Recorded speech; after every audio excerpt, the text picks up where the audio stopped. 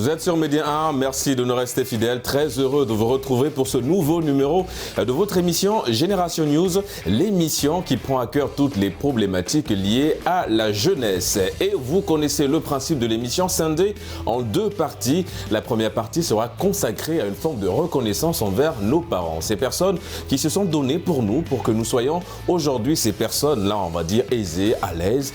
Le sacrifice des parents, comment aujourd'hui remercier nos parents. Vous en saurez un peu plus en première partie d'émission. Et en deuxième partie d'émission, nous allons faire un focus sur l'enseignement supérieur, puisque nous parlerons de la bourse d'études, comment l'obtenir, mais surtout comment mieux gérer cette bourse d'études. Des éléments de réponse en fin d'émission. Ils sont là sur ce plateau de Génération News. Il s'agit de notre ami et habitué, évidemment, de ce plateau, Donatien. Merci d'avoir à nouveau répondu à l'invitation de Génération News. Toujours un plaisir d'être parmi vous. Plaisir partagé également pour notre ami Jimmy. Vous êtes étudiant en droit. Merci à nouveau d'avoir répondu à l'invitation de Génération News. Merci à vous, Régis. Et on accueille à nouveau sur ce plateau de Génération News notre ami Yohan. Vous êtes étudiant en marketing et communication. Merci d'avoir répondu à l'invitation de Génération News. Merci à vous, Régis. Les amis, on va parler de ce côté, on va dire, cette forme de reconnaissance, cette redevabilité envers nos parents. Yohan, qu'est-ce que cela t'inspire, cette notion de reconnaissance, être redevable envers ses parents? Alors, selon moi, le fait d'être redevable selon ses parents, il faut d'abord dire que la thématique, elle est bonne, mais il faudrait décoder déjà certains mots-clés de cette thématique. Donc, le mot-clé ici présent, c'est redevabilité, parce que qui parle de redevabilité parle de remboursement. Donc, on ne peut pas être redevable dans une relation, parce que c'est une relation entre parents et enfants, relation de sang, relation de famille. Donc, l'enfant ne peut ne pas rembourser tout ce que le parent lui a donné. Donc, je pense que redevabilité, non, parce que le mot est assez fort, mais reconnaissance, oui, je pense. D'accord. On parle de reconnaissance, Donatien. Est-ce que tu partages l'avis de Yohan ou tu nages plutôt à contresens? Est-ce qu'on peut aussi l'être, quelque part, être redevable envers nos parents? Ouais, en fait, je veux dire que c'est partagé, en fait. C'est partagé, pourquoi je le dis? Parce que pour certaines familles, certains parents, ils feront ça dans le sens où ils préparent l'enfant aussi à une continuation, à une continuité. Dans le sens où nous, on te transmet un flambeau, tu dois faire la même chose. Mais d'autres verront ça plus dans le sens de redevabilité, comme une dette. On n'était pas obligé de le faire, mais on le fait, tu nous dois sans retour.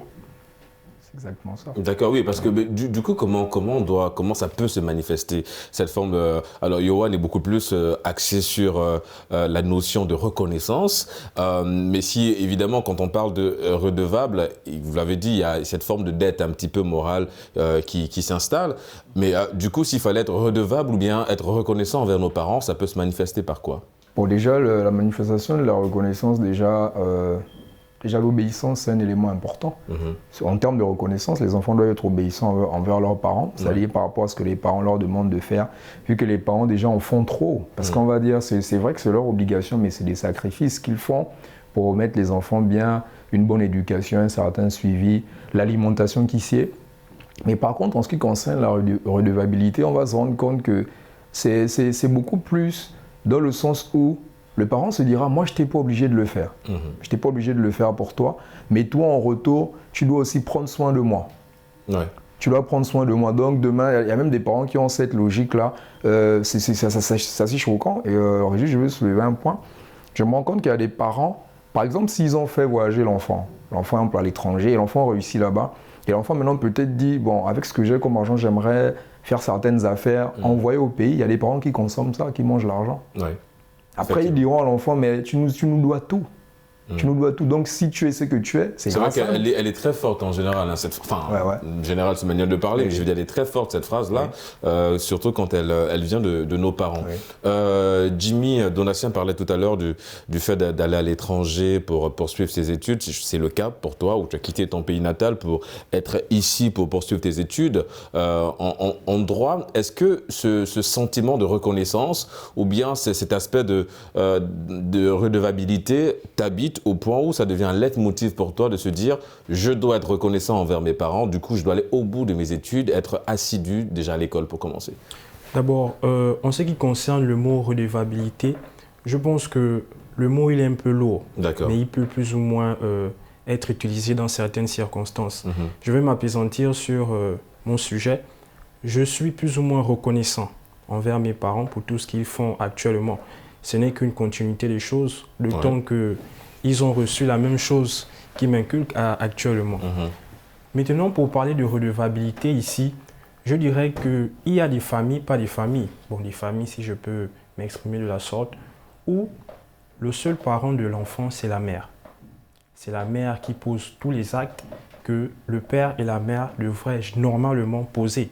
Donc, en voyant les sacrifices de sa mère, un jeune garçon ne peut être que redevable envers celle-ci, d'autant plus qu'elle a assumé le rôle que son père devait aussi avoir. Donc, à mon sens, parler de redevabilité, ça peut être plus ou moins lourd, mais ça peut être utilisé dans certaines circonstances. Mais personnellement, je suis plus reconnaissant envers mes parents. Est-ce que la reconnaissance, évidemment, c'est le fait d'être conscient de tous les sacrifices que nos parents ont eu à faire pour nous, Yohan. Alors c'est vrai que toi, tu as un petit peu un problème avec cette notion de redevabilité.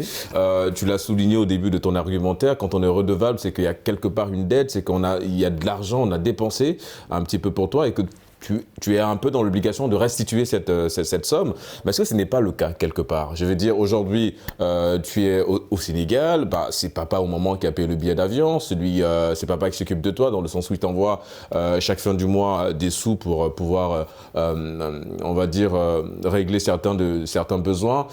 Du coup, c'est de l'argent qu'on dépense. Est-ce que toi, demain, si tu es appelé à travailler, d'ailleurs c'est tout le mal que je te souhaite, et que tu deviennes un homme très riche, hein, avec beaucoup d'argent, au passage, faut penser à nous, est-ce que quelque part, tu ne te sens pas un peu dans l'obligation de te dire « je vais être redevable auprès de mes parents dans le sens où ils ont dépensé pour moi et c'est à mon tour de dépenser pour eux ».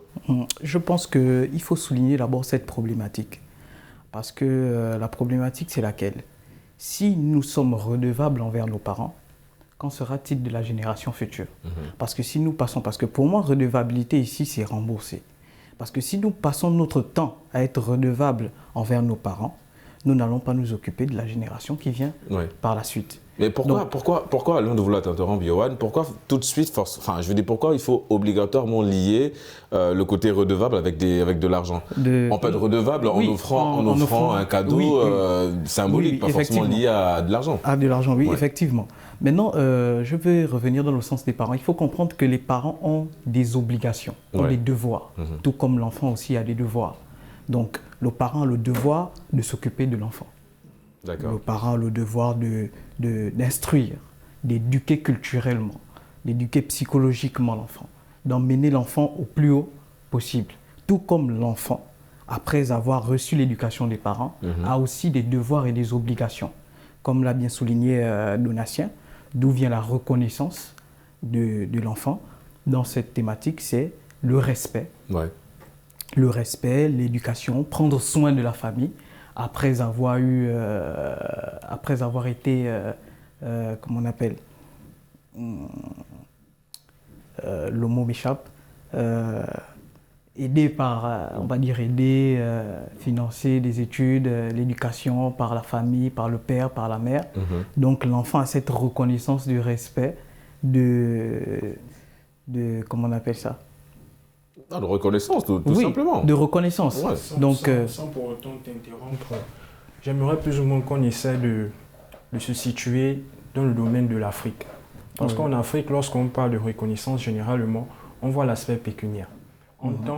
En Europe, dans les pays occidentaux, l'aspect pécuniaire ou encore financier n'est pas trop accentué. Ici en Afrique, lorsqu'un enfant réussit, lorsqu'on dit qu'il va essayer d'être reconnaissant envers ses parents, c'est que forcément, il va donner l'argent à ses parents.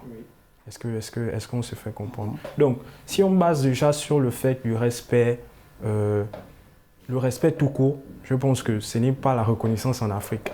La reconnaissance, c'est les parents ont fourni des efforts. Et même ce qui est inquiétant de Donatien, je pense que tu l'as souligné aussi, c'est que dans cette reconnaissance-là, on a l'impression que ça devient vraiment une dette. C'est-à-dire qu'il y a des parents vraiment qui alors on ne va pas évidemment tirer à boulet rouge chez nos parents, mais c'est un fait, c'est une réalité. On parle d'un continent qui nous concerne, donc qui est l'Afrique. Et c'est vrai qu'on se retrouve parfois dans des situations où en fait tu as l'impression que c'est des parents qui t'obligent à l'être en fait. En fait, c'est-à-dire que le problème se pose à quel niveau? C'est-à-dire que les parents diront, c'est-à-dire que c'est un poids qu'on met sur l'enfant. L'enfant était enfant hier, il a grandi, c'est déjà un adulte, il a certainement terminé les études, il a un emploi, il travaille quelque part. Peut-être il peut ne pas être rentré, il peut être à l'étranger. Ouais. Mais les parents auront tendance à dire, on a fait ceci, on a fait cela. Grâce à nous, tu es devenu ceci. Voilà où tu étais, voilà où tu es maintenant. Grâce à nous, nous. Et ça devient pesant. Donc ça dit que quelque chose qui devait être fait normalement et de manière simple devient maintenant comme une obligation. C'est-à-dire que parce que nous avons fait ça, tu as une obligation de résultat sur nous. Ouais. Mais ce n'est pas une obligation. L'enfant doit le faire, comme disait Yohan tantôt, par amour. Ça ne doit pas être fait. Quand même, c'est quand même très difficile d'expliquer à un parent que je ne suis pas obligé d'être reconnaissant et d'être redevable. En Afrique, la notion du refus est parfois très mal perçue par les parents. Ce qui fait que ça complique un peu les choses, Yohan. Moi, je me dis que certains parents ont oublié la notion du devoir, comme je l'ai souligné tout à l'heure. C'est pas, les parents ont des devoirs. Le devoir, c'est de s'occuper, d'apporter culturellement, parce que c'est un cycle de vie. Le cycle de vie, c'est j'ai appris et ce qu'on m'a transmis, je le transmets. Et c'est un devoir et c'est comme ça. Et ça va de génération en génération. Maintenant, moi, je pense que certaines personnes font de ça, comme on va dire, on dit souvent, c'est un investissement qu'on fait sur nos enfants. Bon, moi, je pense que l'investissement peut être honorifique dans le sens où j'ai donné et mon enfant me fait honneur parce qu'il met mon nom haut. Maintenant, le reste, c'est son avenir, c'est lui qui gère. Justement, pour aller dans son sens, lorsqu'il dit qu'il met mon nom haut, aujourd'hui, on cite des noms des grandes familles. Parce qu'on a transmis un héritage culturel, éducationnel, on a instruit l'enfant. Donc, l'enfant, aujourd'hui, lorsqu'il devient quelqu'un, qu'est-ce qui se passe? S'il devient quelqu'un, ça veut dire que c'est le nom qui est élevé. Ouais. On va dire la famille telle, on va dire que c'est un tel. Mais on ne va pas d'abord... Et lorsqu'on dit c'est un tel, on pense directement au père. Lorsqu'aujourd'hui, moi, j'ai eu l'occasion de croiser certains aînés, même quand j'étais sur place au pays, quand de manière respectueuse, les aînés ils vont dire, mais tes parents t'ont bien éduqué. Là, l'honneur ne revient pas à moi, premièrement. Ça revient aux parents. Donc, cet honneur-là est rendu, c'est comme des lettres de noblesse qu'on rend aux parents. Et ça, c'est vraiment, pour un parent, quels parents ne seront pas fiers d'entendre que... Ils seront forcément contents. C'est exactement ça. Est-ce que, Jimmy, toi, tu t'es déjà retrouvé un petit peu dans un contexte similaire, c'est-à-dire où, justement, tu as eu à magnifier, à mettre en lumière cette reconnaissance envers tes parents, que ce soit papa ou maman? C'était dans quelle situation? Bon, mettre en lumière la reconnaissance envers les parents... Ce n'est pas encore arrivé. Ce n'est pas encore arrivé. D'accord. Pourtant, tu as eu le bac. Oui, ça c'est une forme. C'est une forme. C'est une forme. Bon, déjà en ce qui concerne mon papa, Monsieur Jimmy Kanda, depuis le Gabon que je salue au passage, c'est une personne qui, dans le Haut-Ogooué, une province du Gabon, il a une certaine visibilité. D'accord. Ce qui fait en sorte que je suis contraint d'avoir une certaine conduite. Les endroits où je passe. Parce que quand je passe, on écoute le nom de mon père, il faudrait que ça soit tout à fait positif. Exactement. Il ne faudrait pas qu'il y ait de points négatifs. Maintenant, pour y revenir sur le sujet, lorsqu'on parle plutôt de reconnaissance ici, je me base plus sur le fait que les parents ont besoin d'une assistance lorsqu'ils seront vieux. Je ne sais pas si j'essaie de me faire cerner, parce qu'ils vont arriver à un niveau où ils ne seront plus habilités à effectuer les mêmes actes qu'ils font actuellement. Il y a la retraite qui... Voilà, il y a la retraite. Ouais, évidemment, on va être beaucoup plus à la maison et tout le reste. C'est un fait. Donc, du coup, pour toi, la reconnaissance, déjà parce que tu portes le nom de ce monsieur qui est ton papa, donc pour toi, cette reconnaissance s'inscrit dans le sens de calquer un peu ce comportement de ton père, dans le sens où, si monsieur Kanda, c'est quelqu'un de très respecté, évidemment que toi, il faudrait pas que tu sois quelqu'un entre guillemets un petit peu dispersé. Donc pour toi, le fait de ressembler à ton papa sur le comportement, c'est une forme de reconnaissance? Non, ce n'est pas une forme de reconnaissance, pardon. C'est juste que dans la vie, il faut avoir plus ou moins des personnes comme étant des exemples. D'accord. Et moi, mon exemple phare, c'est mon père. D'accord. en vertu de tous les actes qu'il a eu à faire. Et du coup, tu n'as pas encore eu d'occasion pour être reconnaissant envers tes parents.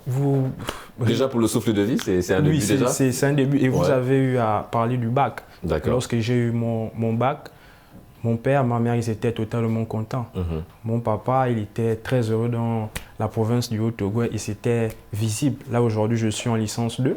Le fait de quitter de la licence 1 à licence 2, c'était une forme de reconnaissance encore. Et s'il plaît à Dieu, j'aurai ma licence d'ici l'année prochaine et c'est encore une forme de reconnaissance. Bon, d'accord. On espère que tu seras licencié le plus tôt possible. Effectivement. Enfin, pas dans le sens de... Voilà, parce que la connotation licencié, c'est effectivement dans le sens d'avoir ton diplôme. Oui, oui. Yohan, je te pose la même question. Est-ce que toi, tu t'es retrouvé dans une situation où tu as dû effectivement mettre en avant cette reconnaissance envers papa ou envers maman? Oui, je me suis déjà retrouvé dans des situations comme ça. On est preneur, c'est laquelle? Des situations où il fallait montrer le respect, l'éducation devant des oncles, des tantes, des personnes, où on m'a toujours dit que tu es un enfant très bien élevé et tout. Et ça, je le dois à mes parents. Donc du coup, je remercie déjà mes parents pour ça. Reconnaissance aussi sur le plan scolaire. Mais sur le plan scolaire, étant ici sur le territoire, c'est plus une reconnaissance conditionnée sur le pays. Ouais. Ça veut dire que ma manière d'être, on me dit bon, donc tu es de cette nationalité, oui, chez vous vous êtes comme ça, mais vous êtes bien élevé chez vous, vous êtes. Parce que bon, voilà. Mais sinon, je pense que la reconnaissance déjà que nous devons envers nos parents, c'est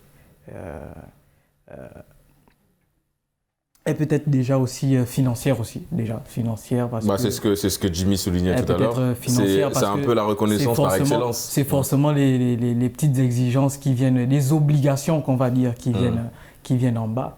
Mais sinon, la meilleure reconnaissance est faite par amour parce qu'on ne peut pas rembourser tout ce que nos parents nous ont donné et les parents continueront à nous donner jusqu'à à leur mort, excusez-moi. Mais c'est vrai qu'en fait, donation, on ne peut pas certes tout rembourser, mais on peut rembourser de moitié déjà. Ce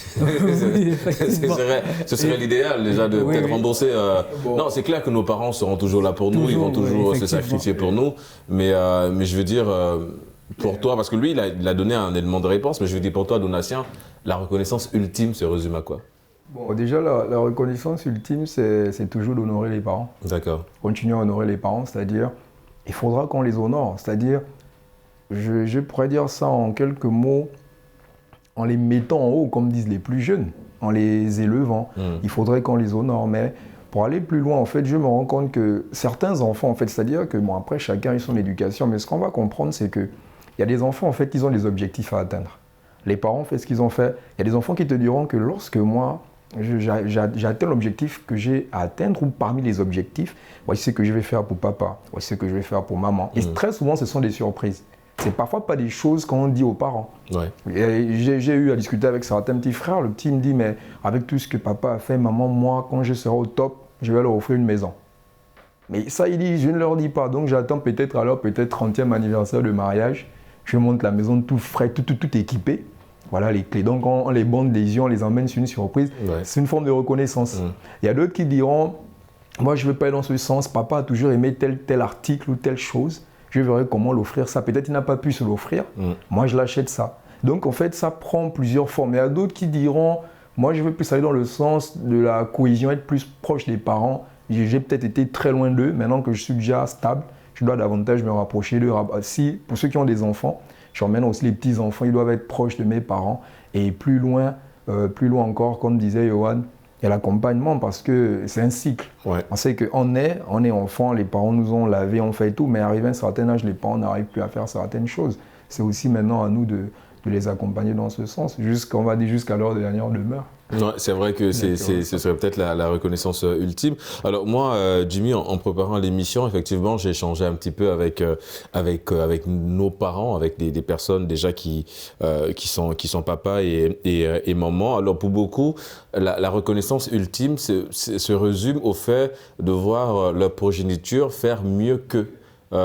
Tu partages cet avis ou bien tu es dans cette optique-là aussi de faire mieux que papa? Oui, effectivement. Déjà, pour prendre mon cas, Mon papa, il est professeur de droit. D'accord. Ce qui revient à dire qu'en faisant des études de droit, je dois faire plus que mon papa actuellement. Donc, c'est aussi une forme de reconnaissance. Essayer d'être supérieur, si je peux m'exprimer de la sorte, à nos parents sur l'aspect scolaire. D'accord. C'est une forme de reconnaissance. Bon, après, c'est pas forcément un défi, oui, effectivement. mais ça reste un défi plutôt sain. Du coup, Yohan, cette optique-là aussi, faire mieux? Je pense que ça va de pair. Parce que je me dis que autant, on dit la joie d'un parent, c'est de voir son enfant faire mieux que lui. Donc, autant l'enfant est reconnaissant de par ce que ses parents ont eu à faire pour lui et être au-dessus et dépassé. Donc, je pense que les parents aussi sont très heureux de voir un enfant hausser le niveau et être élevé. Moi, j'ai envie de savoir quelque chose, mon cher Donatien. C'est vrai qu'aujourd'hui, nous sommes sur Génération News. On représente un peu cette génération 2.0, cette génération tête baissée, hein, tout le temps sur les téléphones et smartphones et tout. Mais je veux dire, est-ce qu'aujourd'hui, avec un regard beaucoup plus extérieur, est-ce que ce sentiment de redevabilité, c'est un sentiment personnel d'abord, mais est-ce que tu as, toi également, ce regard-là, est-ce que tu as ce sentiment que cette jeunesse-là est vraiment consciente de l'enjeu que ça peut représenter d'être reconnaissant ou redevable envers ses parents? Bon, la difficulté, en fait, aujourd'hui, lorsqu'on regarde un peu, si on fait ce qu'on appelle, on fait un regard avec une certaine vision un peu plus panoramique, on va se rendre compte qu'en fait, je ne veux pas dire tous les jeunes, mais certains sont distraits. En fait, ils ne comprennent pas les enjeux. Ouais. Ils ne comprennent vraiment pas les enjeux. C'est-à-dire que dans un monde où on est dans un monde où l'information va très vite, où la formation compte, mais il y a certains qui ne comprennent vraiment pas les enjeux. Donc pour eux, il y a certains enfants, par exemple, j'ai eu l'occasion d'en discuter avec certains, d'observer, qui croient que les parents seront toujours là, par exemple. Éternel. Éternel. Donc, ils s'amusent. C'est la pluie et le beau temps, c'est la belle vie. C'est-à-dire que tout ce que les parents ont mis en place pour les aider à éclore, on va dire, ils gâchent ça. Et après, parfois, les parents, quand je dis les parents seront toujours là, ce n'est pas dans le sens de la mort, dans le sens où ils prendront de l'âge. Parfois, ils n'auront plus les positions qu'ils auront. Oui, et même en termes de priorité. Je veux dire, toi, à 35 ans, 40 ans, je suis désolé, financièrement, tu n'es plus une priorité pour tes parents. Justement, parce qu'ils ont d'autres priorités. Parce qu'il y a des plus petits. Donc, exactement. Et généralement, les parents ont tendance à dire, moi je discute souvent avec papa, il a tendance à dire, lorsque tu as un certain âge, tu deviens, c'est-à-dire que je suis toujours là, certes, mais tu deviens aussi responsable de tes petits frères. Ça aussi, c'est aussi une forme de reconnaissance que papa, les parents m'ont inculqué une certaine manière de faire. Est-ce que je peux pas aussi les aider dans la continuité avec les cadets, ceux qui me suivent? Et surtout que cette pression, là, nous voulons t'interrompre, Donatien, ça vient souvent, c'est beaucoup plus les aînés qui ont cette pression-là. Parce que lorsque tu es aîné d'une famille, l'aîné d'une famille, tout de suite, il faut prendre la corde que tu balances au petit frère, ensuite tirer vers le haut. Donc effectivement, c'est compliqué. Et ce que tu dis encore, c'est très grave, parce que effectivement, il y a beaucoup de jeunes qui s'amusent, surtout des jeunes qui sont à l'étranger. Il y a beaucoup qui vont falsifier les bulletins pour rassurer les parents. Il y a beaucoup qui ne vont pas à l'école, mais qui prennent des sous des parents pour faire un petit peu la fête. Donc, ce qui fait qu'effectivement, cette prise de conscience, elle n'est pas là, tout simplement. Malheureusement, la prise de conscience n'est pas là. Et le problème, c'est que, vous savez, tu sais, Régis, en fait, ce qu'il faut comprendre, c'est que lorsqu'on parle de la jeunesse, on parle de la relève. Et moi, je sais une chose. Et lorsque la jeunesse a bien suivi le pas par rapport à l'éducation que les parents ont mis en place, tout ce que les parents ont mis en place, il y aura une très bonne relève. Mais si les jeunes ne sont pas conscients de ça, on va vers la catastrophe. Exactement. On va vers la catastrophe parce que ce qui fait qu'aujourd'hui, on a des cas parmi sur notre continent où vous allez voir, et très souvent les jeunes pensent que c'est le père. Non. Parfois, un père veut la même chose pour tous ses enfants, le bien-être. Mais il y a souvent des enfants qui se démarquent.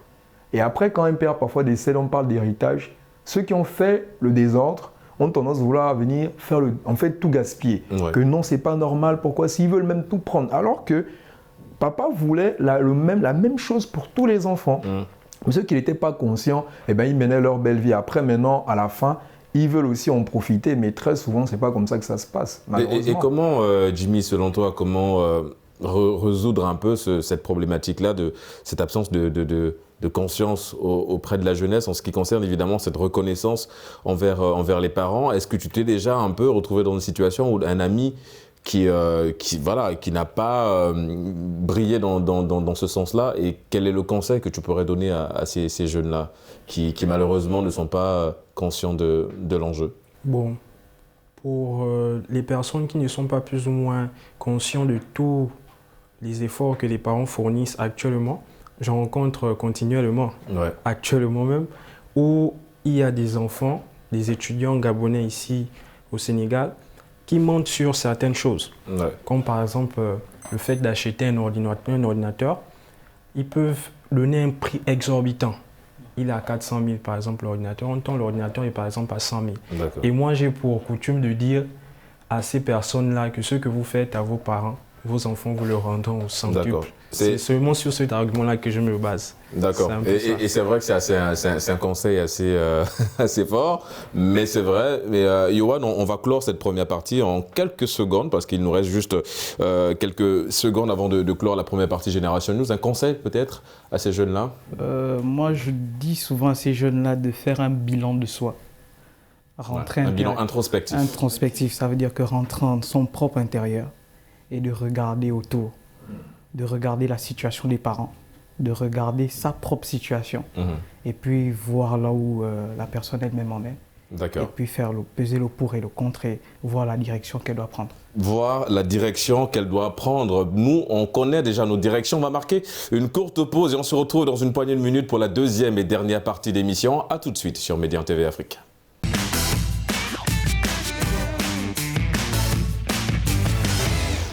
De retour sur le plateau de Génération News pour la deuxième et dernière partie d'émission. Nous allons à présent faire une sorte d'incursion dans le domaine de l'enseignement supérieur pour parler des bourses d'études. Donatien, la bourse d'études, évidemment, c'est, j'ai envie de dire, lorsqu'on décroche ça, c'est un peu le sésame tant recherché par les étudiants. Pourquoi aujourd'hui cette politique des bourses d'études devient un petit peu rare dans certains pays et qu'est-ce que ça peut représenter pour un étudiant? Bon, déjà, pour parler de rareté, il faudra peut-être parler des politiques gouvernementales. Quelles sont les volontés politiques mises en place par, on va dire, la classe dirigeante et les personnes qui sont à la tête des différents pays qui constituent notre continent.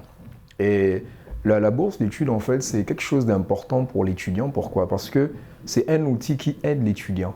C'est à la fois, je dirais, en quelque sorte, une forme d'encouragement, une forme de soutien envers l'étudiant. Et je me rappelle encore quand j'étais dans mes années d'études, on va dire première, deuxième année, il y a un professeur qui pouvait nous dire que la bourse d'études, elle a été faite pour quoi? Uniquement pour se documenter. C'est-à-dire que tous les livres dont vous avez besoin, grâce à la bourse, vous pouvez vous en procurer pour avoir un très bon cursus. Maintenant, après, d'autres font d'autres choses avec. Mais le but de la bourse d'études, c'est d'abord un soutien et un appui de l'État. Mais pourquoi c'est sélective? Pourquoi cette bourse, elle est sélective? Bon, déjà, la bourse, elle est sélective d'un point de vue... Bon, après, je ne sais pas quelles sont les motivations, mais la bourse, elle est sélective pour quelle raison? C'est aussi simple. Parce qu'on veut les excellents. Il y a des conditions. Il y a des conditions de forme et de fond. On va dire, par exemple, pour avoir la bourse, il faut avoir tel âge révolu. Il faut avoir telle moyenne. Donc déjà ici on dit aux élèves, aux futurs étudiants, mettez-vous au travail pour rentrer dans les conditions et les normes. Donc si vous ne vous mettez pas au travail, n'espérez pas une bourse. Et après, lorsqu'on va plus loin, on va se rendre compte qu'il y a la bourse d'études lorsqu'on gagne le baccalauréat, mais il y a aussi la possibilité d'avoir la bourse lorsqu'on a eu le bac sans la moyenne demandée. Il suffit d'aller en classe supérieure et après on a la bourse. Et selon toi, Yohan, quel impact cette bourse d'études peut-elle avoir dans l'enseignement supérieur?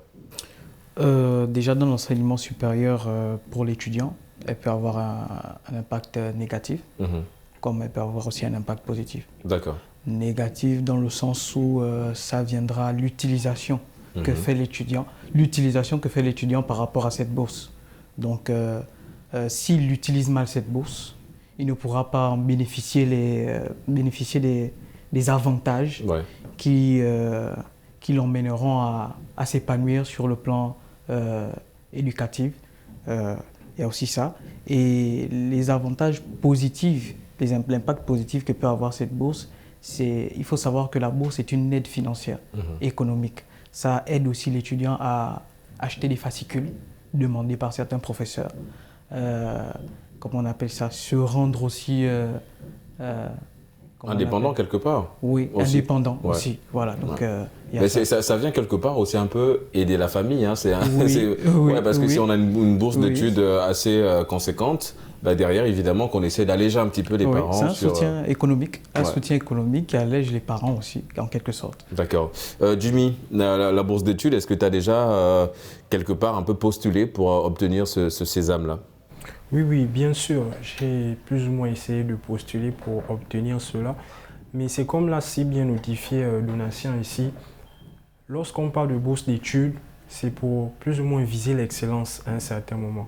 Et on ne connaît pas les conditions de fond, mais on connaît les conditions de forme.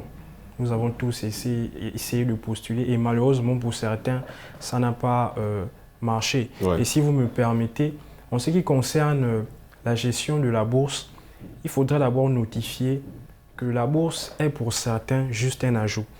Parce qu'il y a des enfants où la bourse, ce n'est pas quelque chose, ça n'ajoute rien chez eux. Parce qu'ils ont des parents assez assis financièrement. Et donc la bourse est juste là comme un petit supplément et tout.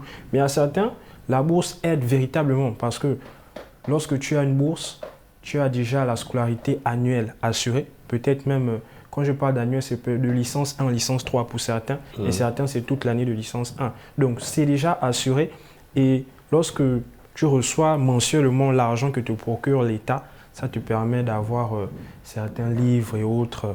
C'est un peu ça. D'accord. Et du coup, Yohan, je viens à toi. Tout à l'heure, tu parlais de la gestion de cette bourse. Comment mieux la gérer, justement, cette bourse d'études? Est-ce que tout de suite, lorsqu'on est conscient qu'on a une bourse d'études, on appelle tout de suite à notre prise de conscience? Oui, on doit appeler à notre prise de conscience parce que ce n'est pas de l'argent à lapider en l'air. C'est déjà un soutien qui nous permet déjà de nous épanouir sur le plan éducatif scolaire, dans le milieu scolaire. Donc, il faut, avant de dépenser cette bourse, il faut y penser 3 fois, comme on dit, pour voir les différents besoins que l'étudiant peut avoir dans le domaine scolaire par rapport à ces différentes matières, différentes filières proposées par les professeurs. Donc, je pense qu'il faut une meilleure gestion pour ça. D'accord. Donatien, aujourd'hui, il y a beaucoup d'organisations non gouvernementales qui s'engagent dans ça, dans cette politique d'aider les étudiants, dans le fait de fournir également des bourses d'études. Quelle analyse fais-tu on va dire, de cette implication des ONG dans l'obtention des bourses d'études, la facilitation de l'obtention de ces bourses d'études? Bon, les ONG, en fait, l'apport des ONG, c'est simple. Il faudra comprendre une chose simple. En fait, nos États, très souvent, parfois le travail, il est très grand. Donc parfois, ils n'arrivent pas à combler. Parce qu'il y a une forte... Lorsqu'on parle de bourse, moi, je verrais la bourse comme une demande. Il y a l'offre et la demande. Ouais. Maintenant, comment combler en fait cette offre-là? Donc les ONG aussi rentrent en lice pour permettre aussi quelque part d'aider l'État, pour dire que nous aussi, on peut apporter notre plus-value en aidant aussi ces futurs étudiants-là. Donc on met en place une plateforme et on va même parler des bourses de coopération. Ce sont les mêmes mécanismes qu'on met en place par rapport à différents types de formations. On va exemple dire on a besoin des médecins spécialistes dans tel domaine. Nous, on met des coopérations en place pour permettre à ces futurs étudiants d'aller étudier même ailleurs. Et puis aussi, même ces bourses-là, il faut tenir compte du fait qu'il y a certaines bourses qui sont aussi liées à des conditions. Parce que vous savez, les bourses, moi je dirais que la bourse a des niveaux.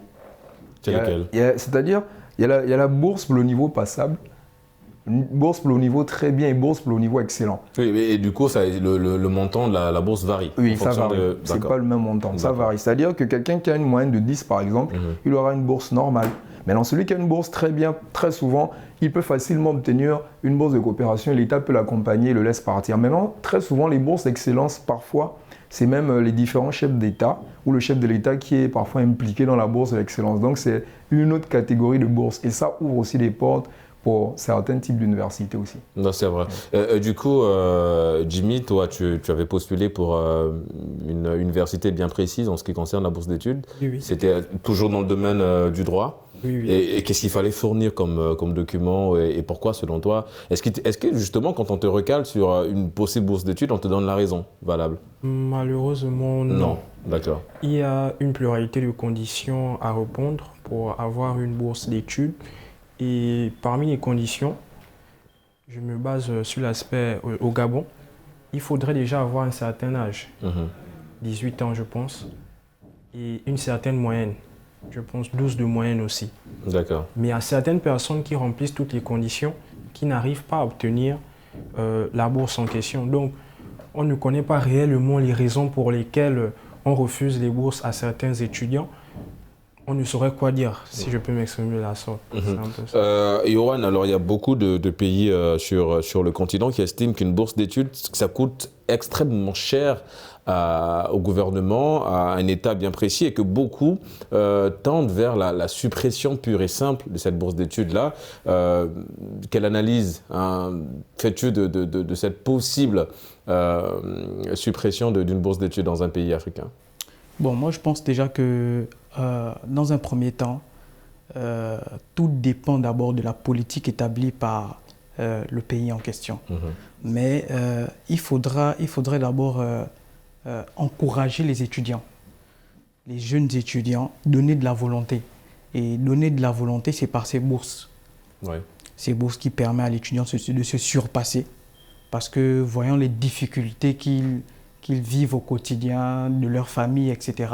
Donc ça leur permettra aussi d'aller plus loin dans leurs études aussi.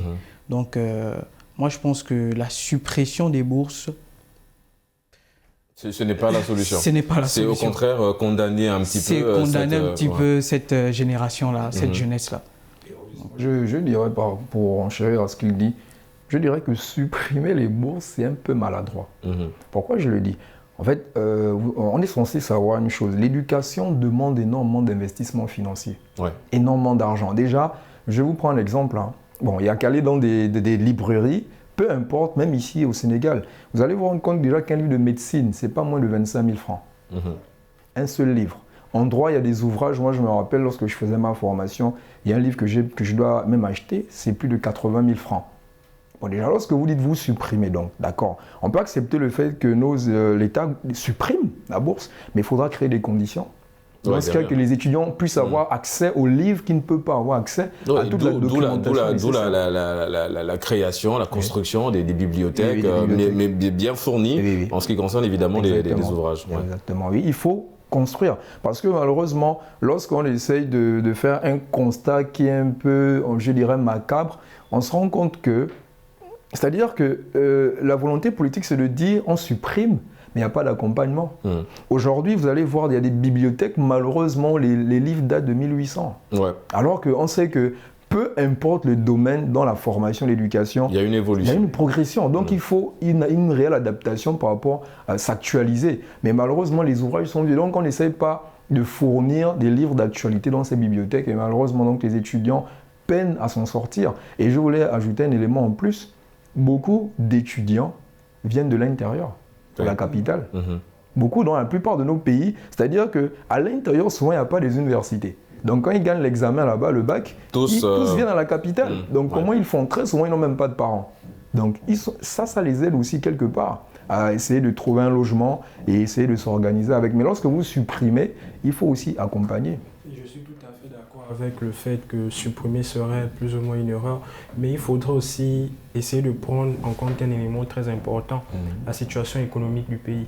Si la situation économique du pays ici est plus ou moins, on va dire, descendante et qu'il n'y a pas une certaine situation stable, supprimer n'est pas le meilleur moyen, mais ils peuvent plus ou moins comprimer les conditions d'accès de la bourse. Ou bien peut-être la réduire tout simplement. Peut-être la réduire. Si elle était de 120 000, on peut passer à 80 000. C'est un peu ça, réduire ou bien comprimer les conditions d'accès pour faire en sorte que l'argent ne soit plus lapidé de gauche à droite, parce qu'il y a certaines personnes qui ont la bourse mais n'utilisent pas celle-ci à bon escient. C'est un peu ça. Mais non, mais c'est faisable. Moi, pour enchérir, en fait, je dirais que oui, il faudrait peut-être revoir les conditions, mais après, il y a une réalité. Lorsque chaque année, on vote la loi des finances, il y a un budget pour chaque secteur. Exactement. Donc, mais que font les budgets? Les budgets servent à cela. Donc, dans ce cas-ci, il faut peut-être réduire, mais dire qu'on supprime sans mesure d'accompagnement, c'est quand même un suicide. Supprimer la bourse, comme tu as dit, c'est condamner toute une génération, une possible génération, parce qu'aujourd'hui, il y a des jeunes qui arrivent à s'en sortir sans évidemment cette aide de la part de l'État. Et là, c'est le gros boulot des parents. On en parlait évidemment en première partie de l'émission quand on parlait de reconnaissance. Alors, Yohan, effectivement, il y a également un ancien président qui est décédé, Robert Mugabe, que vous connaissez très bien, qui avait dit, je cite, que en fait, les bourses d'études condamnent un petit peu les étudiants parce que la quasi-totalité, enfin quand il dit condamner, c'est que c'est une perte pour son pays, pour les pays africains, parce que la quasi-totalité, et c'est un fait, c'est un constat, je pense qu'on en connaît un peu tous dans notre entourage, la quasi-totalité des jeunes qui postulent pour obtenir une bourse, c'est toujours à l'étranger et à l'extérieur. Comment aujourd'hui renverser un petit peu la tendance, selon toi ? Bon, pour moi, pour renverser la tendance, je pense que les bourses d'études doivent être mesurées. D'accord. Mesurées dans le sens où il y a des conditions. On met des conditions en place. Ça veut dire que quand un étudiant fait une demande de bourse pour aller étudier à l'extérieur, on doit d'abord vérifier ce qu'il va faire à l'extérieur comme études. Si ces études-là, ces filières-là ne sont pas agréées à l'intérieur du pays, ou si c'est des filières recherchées. Donc, il y a cet aspect-là. Et à partir de là, on peut voir si on peut donner ou ne pas donner la bourse à l'étudiant. Et lui d'ailleurs, il parlait même de filtrer, dans le sens où, supposons que sur une dizaine de personnes, il y a juste 3 personnes qui obtiennent la bourse. En fait, lui, dans sa vision des choses, c'était « Ok, on t'octroie la bourse d'études, tu vas étudier en France, en Italie ou dans un autre pays européen, mais la condition, c'est de revenir travailler pour... Il y a aussi ce qu'on appelle la fuite des cerveaux. Justement, donc lui, il est dans cette optique de la bourse d'études, d'accord, mais... Ça veut dire que quand tu vas étudier à l'extérieur, il y a le temps. Il y a un temps qui t'est donné, un temps qui t'est octroyé pour jusqu'à la fin de ce mandat de cette bourse. Donc ça veut dire que tu y vas et tu reviens pour servir ton pays. Parce que c'est l'État qui t'a envoyé. Donc il y a ce fait-là. Est-ce que ce fait, il est encore applicable aujourd'hui, mon cher Donatien ? Bon, Parce qu'on a la fuite des cerveaux, c'est un réel fait de société, c'est un phénomène, c'est mondial. Donc du coup, la petite option qu'on rajoute dans le contrat qui stipule que tu dois revenir travailler pour ton pays, très peu de personnes respectent ce contrat au final. En fait, juste la difficulté, elle est grande. Pourquoi je le dis ? En fait, c'est vrai, on peut filtrer, on peut mettre des mécanismes, mais c'est simple. Vous voulez permettre à ce que les jeunes étudient sur place, mettez les conditions, créez les conditions. Parce qu'aujourd'hui, on se rend compte qu'il y a une réelle inadéquation entre les formations et le monde de l'emploi. Il y a une réelle inadéquation. Ce qui fait que quelqu'un qui, bon, on ne va pas dire s'expatrie, qui va à l'étranger et qui retrouve certaines conditions adéquates, il termine son cursus. Il y a des fortes chances qu'il ne rentre pas. Même s'il a signé, parce qu'on sait que lorsque je prends le cas de chez nous, à l'époque c'était quinquennal. C'était l'engagement quinquennal. Non, c'était décennal, c'était 10 ans. Mais on est maintenant à un engagement quinquennal de 5 ans. Mais quelqu'un qui va dans un pays, par exemple en Europe ou en Amérique, et trouve toutes les conditions réunies par rapport à sa formation, il y a des fortes chances qu'il n'entre pas. C'est-à-dire que c'est maintenant à nos États de responsabiliser ces étudiants-là, mais de mettre aussi des mécanismes en place, c'est-à-dire des universités qui forment dans ce sens, et aussi permettre aussi à ces jeunes-là de faire quoi ? Une fois qu'ils ont terminé la formation, facilement intégrer le monde de l'emploi. Parce qu'après, à un moment donné, certains dépriment. Quelqu'un qui a peut-être fait 5 ans d'études, il sort de là avec un master 2 ou bien 7 ans, il est docteur, peu importe le domaine.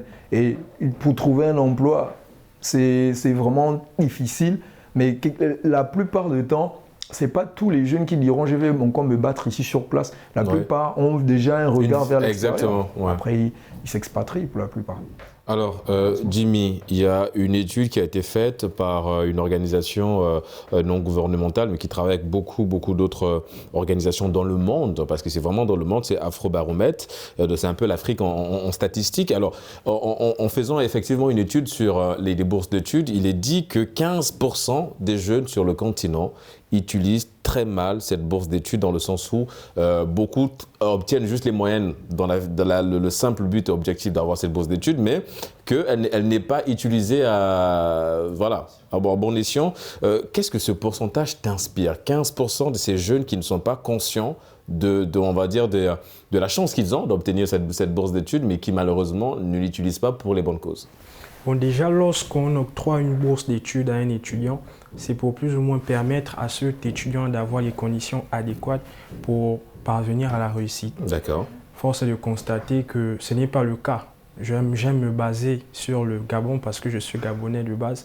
Et il y a une pluralité de Gabonais ici en terre sénégalaise qui déjà, ils veulent juste avoir les moyens afin d'avoir la bourse l'année prochaine, chose qui n'est pas assez positive. C'est-à-dire qu'en fait, le travail devient conditionné. On ne travaille pas parce qu'on a envie d'apprendre quelque chose, on travaille parce qu'il faut obtenir la bourse derrière. Donc déjà sur ce point-là, c'est un élément plus ou moins négatif. Mais là même encore, je vais revenir sur la gestion de l'aspect financier. Lorsqu'ils reçoivent mensuellement leur argent, il y a certains qui font ce qu'on appelle l'entrepreneuriat.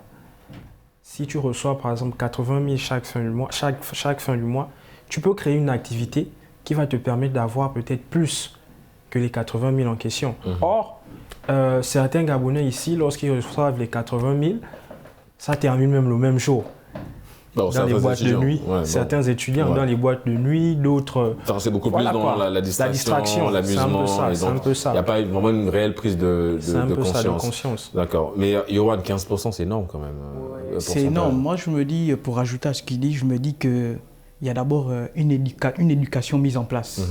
L'éducation, c'est d'abord la base de tout. Donc, on a les parents d'abord. Pour moi, c'est d'abord les parents. Parce que les parents d'abord qui emmènent les enfants, qui disent aux enfants de faire l'école pour faire l'école, mais n'inculquent pas l'amour du travail et l'amour de ce qu'ils veulent faire.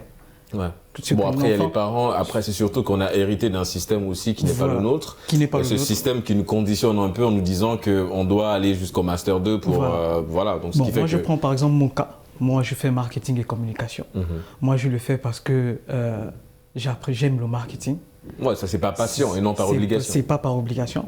Mais il y a d'autres qui le font parce que y a de l'argent ou parce que papa m'a dit de faire. Donc, du coup, quand ils vont à l'école, c'est juste pour avoir la moyenne. Donc, le souci de la bourse qui leur est octroyée n'importe peu. C'est juste peut-être pour faire la fête, s'amuser, etc. Donc, voici pourquoi les conditions ont été mises en place par l'Agence nationale des bourses du Gabon, où déjà, lorsqu'on fait de la licence 1 en licence 3, ils exigent une moyenne de 14 pour avoir la bourse en master. Ils ont plus ou moins compris que certains étudiants veulent simplement passer en classe supérieure afin d'avoir la bourse l'année prochaine, au lieu de viser l'excellence. Et je salue plus ou moins ce texte. Ça va permettre de trier certaines personnes qui ne visent pas le travail, mais c'est aussi condamnable pour d'autres, dans l'optique où on ne peut pas t'annoncer, tu es par exemple en licence 2, que c'est en licence 3 que tu dois faire 14 de moyenne afin d'avoir la bourse en master 1. Vous voyez un peu, c'est un peu paradoxal. Ouais, effectivement. Donatien, il y a un pays que je suppose que tu affectionnes très bien, c'est le Rwanda, pour ses politiques éducatives. Alors, le Rwanda a instauré un système de bourse d'études depuis la classe préparatoire, c'est-à-dire que depuis le bas âge, on est déjà un peu, on va dire, susceptible d'avoir une bourse d'études, et cette bourse d'études qui va te suivre jusqu'à l'université. Est-ce que, évidemment que cette politique marche, parce que du coup, le Rwanda, il y a des génies qui sortent chaque année des centres de formation, parce qu'il y a cette facilité d'obtenir des bourses d'études, d'obtenir des livres, des ouvrages liés à une formation que nous avons décidé évidemment de suivre. Est-ce que ce risque-là, pris par le président Paul Kagame au Rwanda, peut s'appliquer dans d'autres pays quand on connaît un peu certaines réalités également? Bon, en fait, ce qu'il faudrait comprendre, c'est que je crois que la politique du président Kagame, par rapport à ce qu'il a mis en place, je pense que c'est une étude qui a été faite de long en large. C'est-à-dire qu'on ne se lève pas un matin, on improvise les choses. La difficulté de beaucoup de nos États, ils se lèvent, ils improvisent. Non, c'est des études qu'on fait le fond. C'est-à-dire qu'on doit consulter... C'est un peu la charrue avant les... Oui, c'est ça en fait. On doit consulter tous les spécialistes dans le domaine, que ce soit éducationnel, mais aussi impliquer les familles, les parents. C'est-à-dire que pensez-vous de tel système? Comment est-ce qu'on peut faire? Parce que si il a mis un tel système qui est ingénieux depuis le bas âge, c'est qu'on veut réellement mettre en avant l'excellence. Et on inculque ces bases-là très jeunes aux enfants et ils progressent avec. Mais très souvent, nos États font quoi? Ils ont vu un système ailleurs qu'ils trouvent ingénieux et vraiment très bien structuré, organisé. Et tout de suite, on veut reproduire, mais sans effectivement mesurer l'environnement, le contexte. Et les tenants, sans mesurer l'environnement, le contexte, et les tenants et les aboutissants. Comment est-ce que ça a été fait? Parfois, on pourra même dire que pour mettre ce mécanisme en place, ça a pris 10 ans. D'autres diront que ça a pris 15 ans. C'est-à-dire que les études ont été menées de long en large et après, on a dit, bon, à ce niveau, on peut mettre en place. Mais nous, certains font, ils viennent, ils voient, et paf, allez, on improvise, on fait. Mais ça ne marche pas. Il y a même le Rwanda sort d'une crise et malgré la crise, là, il se relève vraiment et le Rwanda fait parmi les pays actuellement assez développés dans l'aspect scolaire. D'autant plus qu'il y a une pluralité de Gabonais actuellement qui se tournent vers le Rwanda pour aller poursuivre ses études. Effectivement, c'est ça, parce que c'est là aussi un peu la prouesse du Rwanda, c'est de sortir d'un génocide avec une perte de près de 800 000 morts et de devoir tirer aujourd'hui l'économie africaine vers le haut, au-delà de, évidemment, sur le plan, là, on est sur un plan qui nous concerne, c'est l'éducation, l'enseignement supérieur, et même là encore, le Rwanda, c'est un exemple de réussite dans ce sens-là. Est-ce que, justement, le format, c'est vrai que tout à l'heure, Donatien disait que c'est des années d'études, c'est pas forcément quelque chose qu'on se lève un matin, on décide d'improviser, mais est-ce que c'est pas quelque part risqué? Je veux dire, de donner une bourse d'études à un enfant depuis le bas âge jusqu'à ce qu'il arrive au master, est-ce que tout de suite, cette bourse, cette somme d'argent ne peut pas un petit peu détourner l'enfant de son réel objectif? Bon, dès le bas âge, comme disait Donatien, il y a d'abord déjà des études déjà menées. Et quand on mène des études, ça peut prendre plusieurs années. Et ça veut dire que ce n'est pas des études prises sur un déclic. Ça veut dire qu'il y a eu des implications de beaucoup de personnes, beaucoup d'institutions. Ça veut dire que l'institution familiale, des organisations. Oui, parce qu'attention même, ils ont travaillé avec des psychologues. Voilà. C'est-à-dire, il y a eu un travail avec des psy. Il y a eu déjà un travail. Donc, ça veut dire que si on donne une bourse d'études à un enfant de bas âge, c'est pas forcément l'enfant qui est au bas âge qui va gérer, ça peut être ses parents qui peuvent, à qui on va donner la bourse d'études pour dire bon tiens, ça c'est pour l'enfant parce que il a eu telle ou telle moyenne, voici ce qu'il faudrait faire, voici ce qu'il faudrait faire avec cette bourse. Donc le parent sera mieux placé pour mieux gérer cette bourse d'études. Donc, j'ajouterais même que par rapport à ce que Johan dit, en fait, ça fait que tout le monde est impliqué, ça responsabilise tout le monde. Exactement. Parce qu'on va se rendre compte d'une chose, moi je me dis que le chef de l'État du Rwanda a certainement vu ce modèle quelque part qu'il a inspiré. Peut-être pas en Afrique, peut-être en Europe ou ailleurs, mais il a dit comment est-ce que je contextualise. Parce que très souvent la difficulté avec nous, la plupart de nos États, on veut prendre un modèle, mais on ne contextualise pas. Ouais, il y a des réalités qui nous sont propres. Exactement. Donc on peut prendre, mais on voit bon, comment est-ce qu'on va contextualiser. C'est là où j'ai parlé de faire une étude de fond, et puis on voit comment on peut mettre ça en place. Mais très souvent, malheureusement, on se précipite et on veut avoir les résultats qui vont avec. Après, ça n'aboutit pas. Ouais, évidemment, quand après ça vient, oui, Jimmy, en quelques mots, avant de clore. Je me dis que cette façon de faire est plus ou moins positive, dans l'optique où déjà, arrivé à un certain âge, l'enfant sera amené à être autonome.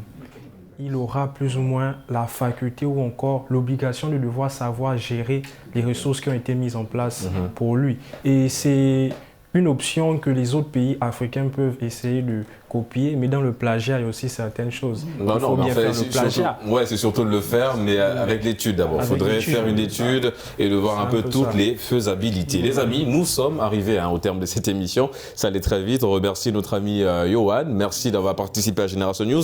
Je rappelle que vous êtes étudiant en marketing et communication. Plaisir de te recevoir sur ce plateau Génération News. Donatien, tu es un habitué du plateau. Bienvenue chez toi, tout simplement. En tout cas, merci à nouveau d'avoir répondu à l'invitation Génération News. Diplômé en droit, juriste, simplement. Merci à nouveau d'avoir répondu à l'invitation. Jimmy, ça a été un plaisir de te recevoir sur ce plateau de Génération News. Tu es étudiant en droit, évidemment. Tout le mal qu'on te souhaite, c'est de finir comme Donatien, à côté, juriste, diplômé en droit. Et c'est la fin de cette émission. Merci de l'avoir suivi, vous l'aurez compris. On se donne évidemment rendez-vous samedi prochain pour d'autres thématiques liées à la jeunesse.